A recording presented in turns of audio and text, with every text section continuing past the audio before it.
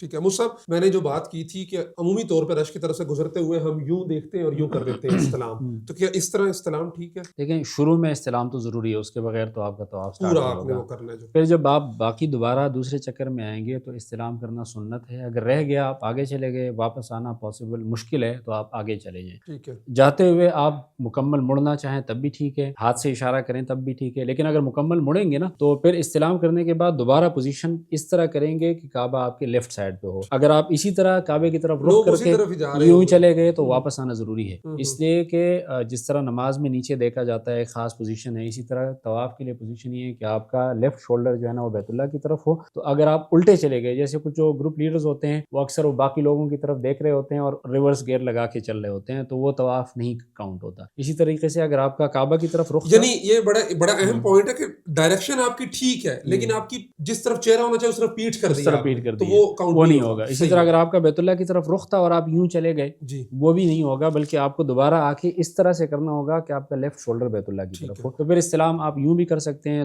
اس طرح بھی کر سکتے ہیں، ایک ہاتھ سے بھی کر سکتے ہیں، آپ نے بسم اللہ اللہ اکبر اور درود کہہ کے اس کو چوم لینا ہے اور یہ استلام ہو جائے گا، اور اس کا ثواب اتنا ہی ہے جتنا جا کے حجر اسود کو بوسہ ہے۔ اور بوسہ دینا تو ایک تو عملی طور پہ بھی ممکن نہیں ہے، اور دوسرا اس پہ خوشبو لگی ہوتی ہے۔ اگر آپ نے جا کے ہاتھ لگا دیا، تکلیف ہوتی ہے مسلمان کو دوسروں کو تکلیف تو دینا، ہوتی ہے خود کو بھی ہوتی ہے، تنگ ہوتے ہیں نا دھکے، مسلمان کو تکلیف دینا حرام ہے، تو یہ سنت عمل کے لیے حرام کام کا ارتکاب کرنا ہے۔ ٹھیک ہے۔